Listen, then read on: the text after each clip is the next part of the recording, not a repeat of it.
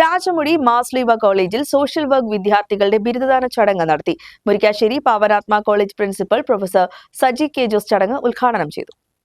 Rajamudi Marsleeva college of arts and സയൻസിലെ MSW 2023-25 ബാച്ചിലെ 15 വിദ്യാർത്ഥികളുടെ ബിരുദദാന ചടങ്ങാണ് നടത്തിയത്.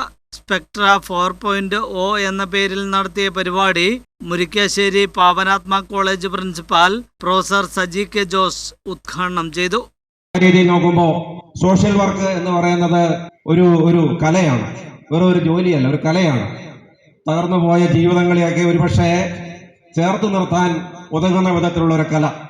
ഒന്ന് രണ്ട് കാര്യങ്ങൾ മാത്രം ഞാൻ സൂചിപ്പിക്കട്ടെ. ഒന്നാമതായി, നമ്മൾ അറിവിനെ ആയുധമാക്കി വേണം പ്രവർത്തിക്കാൻ. ഈ മാർസ്ലീവ കോളേജിലെ പഠനകാലം നിങ്ങൾക്ക് വളരെയേറെ അറിവുകൾ നൽകിയിട്ടുണ്ട്.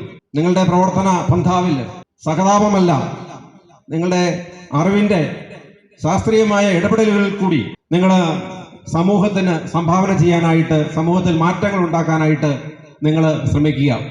കോളേജ് മാനേജരും ഇടുക്കി രൂപത വികാരി ജനറലുമായ മോൺസിഞ്ഞോർ ജോസ് കരിവേലിക്കൽ അധ്യക്ഷത വഹിച്ചു. Principal professor doctor sister Moly സ്വാഗതവും Idukki child welfare committee chairman Sebastian Mathew മുഖ്യ പ്രഭാഷണവും നടത്തി.